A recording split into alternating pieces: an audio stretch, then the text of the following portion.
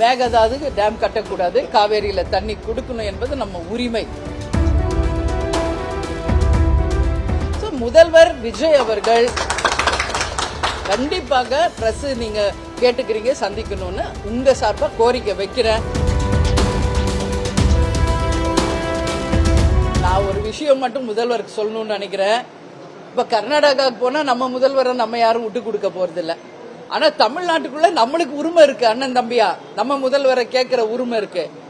அவரு முந்தா நேத்து கோயம்பேட்டில் இருக்கிற கழிவுநீர் சீவேஜ் வாட்டரை பாக்குறாரு. அதுக்கப்புறம் மறுநாள் மெட்ரோ வாட்டர் மெட்ரோ ட்ரெயின் அதை போய் பார்வையிடுறாரு. சந்தோஷம், வரவேற்கிறோம், இல்லன்னு நாங்க மறுக்கல. ஆனா உண்மையா ஒரு முதல்வர் இன்னைக்கு எங்க வரணும்? இதோ இருக்க இங்க ஒகேனக்கல் இதை பார்வையிடணும், மேட்டூர் டேம பார்வையிடணும், திருச்சியில இன்னைக்கு காவேரி பாயும் அந்த எல்லாமே காஞ்சு போயிருக்கு, அதை பார்வையிடணும், கர்நாடகாவுக்கு போகணும், மக்களுக்காக அவர் பேசணும். அதுதான் ஒரு முதல்வரின் வேலை. இன்னைக்கு நம்ம எல்லாம் எதுக்கு இங்க இருக்கோம்? இவ்வளவு பேரு உணர்வு, நம்ம மக்களுக்காக நம்ம விவசாயிகளுக்காக நாங்க போராடுவோன்ற உணர்வு. அந்த உணர்வோடு முதல்வரும் கண்டிப்பாக மக்கள் பிரச்சனையை நேரடியா பார்க்கணும்னு தான் நாங்க கேட்டுக்கிறோம். நீங்க மெட்ரோ ட்ரெயின் பாருங்க, ஸ்வீவேஜ் சிஸ்டம் பாருங்க, வேற காவல்துறையுடைய அணிவகுப்பு பாருங்க, அதெல்லாம் நாங்க வேணாம் சொல்ல மறுக்கல, வரவேற்கிறோம். அதோட கூட மக்கள் பிரச்சனையும் பாருங்கள் முதல்வர் அவர்களே. இன்னைக்கு மிகப்பெரிய பிரச்சனை இதுதான், ஜீவாதார பிரச்சனை. காவேரியில் தண்ணி விடுகிறதும் மேகதாதுல அணை கட்டக்கூடாது. ஏன்னா சம்பா இன்னைக்கு குருவை முடிஞ்சு சம்பா ஸ்டார்ட் ஆயிடுச்சு. எங்கேயாவது ஒரு இடத்துல பயிர் பண்ண முடியுதா? டெல்டா போய் பார்க்கணும். இன்னைக்கு முதல்வர் டெல்டால இருக்கிற விவசாயிகளை சந்திக்கணும். எவ்வளவு தூரம் இன்னைக்கு தமிழ்நாடு வறட்சியில இருக்குதுன்றத அவர் நேரடியா பார்க்கணும்னு இந்த பிரஸ் மீட் மூலமா அவருக்கு நாங்க வேண்டுதல் வைக்கிறோம். இல்ல மின் கட்டணம் மின் மிகை மாநிலமாக தமிழ்நாடு இருந்தது என்பது யாரும் மறுக்க முடியாத ஒன்று. ஆனால் இன்றைக்கு தமிழ்நாடு முழுக்க மின்வெட்டு பிரச்சனை ஒரு பக்கம். சரி, அதான் இருக்குதுன்னு மக்கள் எவ்வளவு கஷ்டப்படுறாங்க. சம்மர் இன்னைக்கு நாங்கெல்லாம் சென்னையில, நீங்கெல்லாம் இன்னைக்கு எவ்வளோ இன்னைக்கு தர்மபுரியில இருக்கீங்க, எல்லா இடத்துலயும் மின்வெட்டு. குழந்தைங்களை வச்சுக்கிட்டு நைட்ல தூங்க முடியல. இதான் உண்மை.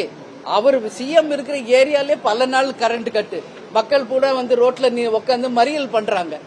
அது ஒரு சைடு விட்டுருங்க. இன்னொரு பக்கம் நம்ம பார்த்தா மின்சாரம் கட்டண உயர்வு ஒரு பக்கம் எங்கேயோ போயிட்டு இருக்கு. சோ இது எதை குறிக்குது? ஒரு பக்கம் மின்வெட்டு, ஒரு பக்கம் மின்சார கட்டண உயர்வு. மக்கள் என்ன பண்ண முடியும்?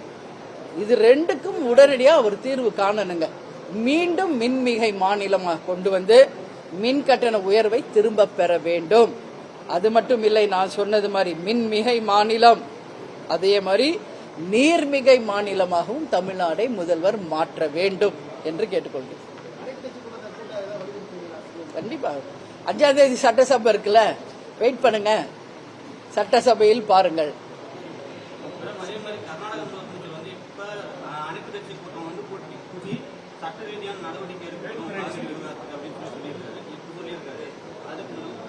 அவங்க சைடு அவங்க சட்ட ரீதியா முடிவெடுத்தா நம்ம முதல்வரும் நம்ம தமிழ்நாடு மக்கள் மட்டும் என்ன சும்மா இருப்போமா? நம்மளும் சட்ட ரீதியா முடிவெடுப்போம். அது மட்டும் இல்லை, இன்னும் என்னென்ன நம்ம உரிமைக்காக போராடணும், என்னென்ன செய்யணும், அது நம்ம தமிழ்நாடும் கண்டிப்பா செய்யணும். அதுல எந்த மாற்று கருத்துமே கிடையாது. ஆனா என்ன பொறுத்த வரைக்கும் நான் சட்டசபையில பேசினதான் மறுபடியும் சொல்றேன், இதற்கு நிரந்தர தீர்வு வரணும். சுதந்திரம் வாங்கின காலத்துல இருந்து தான் பேசினே இருக்கிறோம். ஒரு முதலமைச்சரா வர்றாங்க, ஆர்ப்பாட்டம் போராட்டம். அம்மையார் ஜெயலலிதா கூட கடற்கரையில உண்ணாவிரதம் இருந்தாங்க. எல்லாரும் எவ்வளவு தீர்மானம், எவ்வளவு ஆர்ப்பாட்டம் போராட்டம், சுப்ரீம் கோர்ட்ல கேஸ் எவ்வளவு பண்ணிட்டாங்க. ஆனா ஒன்னும் முடியலையே, முடியணும். அதுதான் நான் கேட்டுக்கிறேன். தமிழ்நாட்டிலேயே நம்ம தண்ணி கிடைக்கிற தண்ணியை சேமிக்கணும். தண்ணீர் பெற்ற மாநிலமா நம்ம தமிழ்நாடு மாறணும் தான் அன்னைக்கு நான் சட்டசபையில பேசினேன். அது ஒரு பக்கம். இது நம்ம உரிமை. மேகதாதுக்கு டேம் கட்டக்கூடாது, காவேரியில தண்ணி கொடுக்கணும் என்பது நம்ம உரிமை. ஆனால் நாம் தண்ணீர் பெற்ற மாநிலமாக மாற வேண்டும் என்பது எங்களுடைய கோரிக்கை.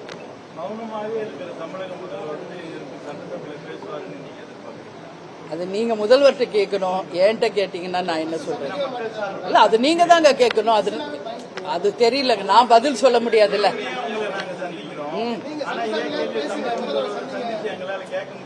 ஆமா, அதனால விவசாயிகள் சார்பில் நீங்க ஒரு சட்டமன்ற உறுப்பினர், கட்சியோட நிறுவனர், பொதுச் செயலாளர் என்ற முறையில் நாங்கள் உங்களுக்கு கோரிக்கை முன்வைக்கிறோம். அதை நீங்க கோரிக்கை வைக்கிறீங்க, கட்டாயமாக சட்டசபை தொடங்கின உடனே இதை முதல்வருடைய கவனத்திற்கு தருமபுரி மாவட்ட நிருபர்கள் சார்பாக கண்டிப்பாக இந்த கோரிக்கையை நான் வைக்கிறேன். இல்ல இது முடிவெடுத்து பேச வேண்டியது முதல்வர் தான், சரிங்களா? அதற்கு நான் பதில் சொல்ல முடியாது. இப்ப நீங்க கொஞ்ச நேரம் வெயிட் பண்ணீங்க, என்னால உள்ள உட்கார முடியல. வாங்க வாங்கன்னு எல்லாரையும் கூப்பிட்டு வரேன். அவங்களும் பசியில இருக்காங்க, வெயில்ல இருந்தாங்க. இம்மிடியா பிரஸ் மீட் முடிங்க, அவங்களுக்கு சாப்பாடு கொடுங்க, அவங்க நம்ம சகோதரர்கள் எல்லாரையும் கூப்பிட்டு வரேன். அது உணர்வு. அது நான் என்ன சொல்றேன், இது எங்க உணர்வு? கேப்டன் எங்களை வழி நடத்துற விதம் இப்படிதான் எங்களுக்கு சொல்லி கொடுத்திருக்காரு. சோ முதல்வர் விஜய் அவர்கள் கண்டிப்பாக பிரஸ் நீங்க கேட்டுக்கிறீங்க சந்திக்கணும்னு உங்க சார்பா கோரிக்கை வைக்கிறேன். அதுக்கப்புறம் அவர் பாக்குறாரா இல்லையா என்பது பதில் அவர் சொல்லணும்.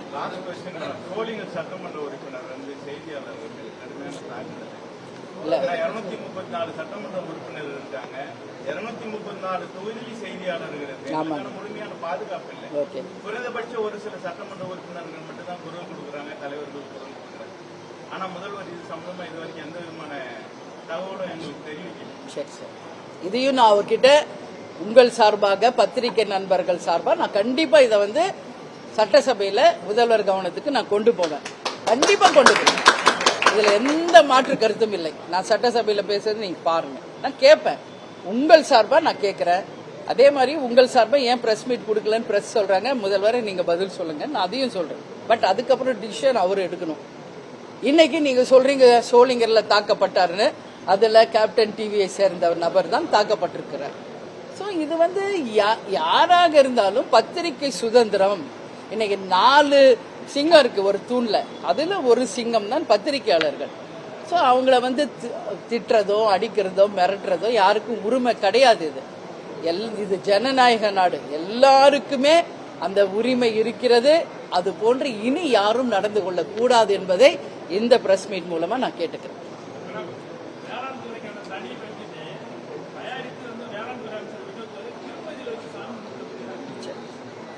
அது அவர் நம்பிக்கைங்க, அவர் நம்பிக்கை. இப்ப கூட நான் கூட தான் கேட்டேன், மூகாம்பிகை போட்டு வர்றாரு நம்ம முதல்வர், ஏன் போய் இன்னைக்கு கர்நாடகாவில பேசி நம்ம காவேரியில தண்ணி வாங்கி கொடுக்கல? அவர் DK சிவகுமார் நம்ம தமிழ்நாட்டுக்கு வர்றாரு, கோயிலுக்கு வர்றாரு, ஏன் பேசினா என்ன 2 முதல்வர் அன்றத நானும் உங்களுக்காக தான் கேட்கிறேன். 2 பேரும் இப்பதான் ஃபர்ஸ்ட் டைம் சிஎம். பேசுங்களேன், மக்களுக்காக பேசுங்களேன். என்ன குறைஞ்சிட போகுது? நீரின்றி அமையாது உலகு. நீங்க 2 பேரும் சுமூகமா முடிச்சு விட்டீங்கன்னா 2 ஸ்டேட் மக்களுமே உங்களை பாராட்டுவாங்களே. அதைத்தானே நாங்க எதிர்பார்க்கிறோம், அதுதானே நம்ம எல்லாருமே கேட்கிறோம். அதனால நிச்சயமாக நல்லது நடக்கணும்ன்றத எல்லாருடைய எண்ணம். நிச்சயம் நல்லது நடக்கும் அப்படின்னு நம்புவோம். அவங்க நம்பிக்கை சாமி கிட்ட வச்சு சாமி கும்பிட்டு வேளாண் துறை பட்ஜெட் அறிவிச்சா வேளாண் துறை சிறப்பா இருக்குன்றது அவங்க நம்பிக்கை. அதை நம்ம குறை சொல்ல வேணாம். எல்லாரும் நல்லது அது மூலம் நடந்தா அதை நாமளும் வரவேன். சரிங்களா? நன்றி, வணக்கம். எல்லாரும்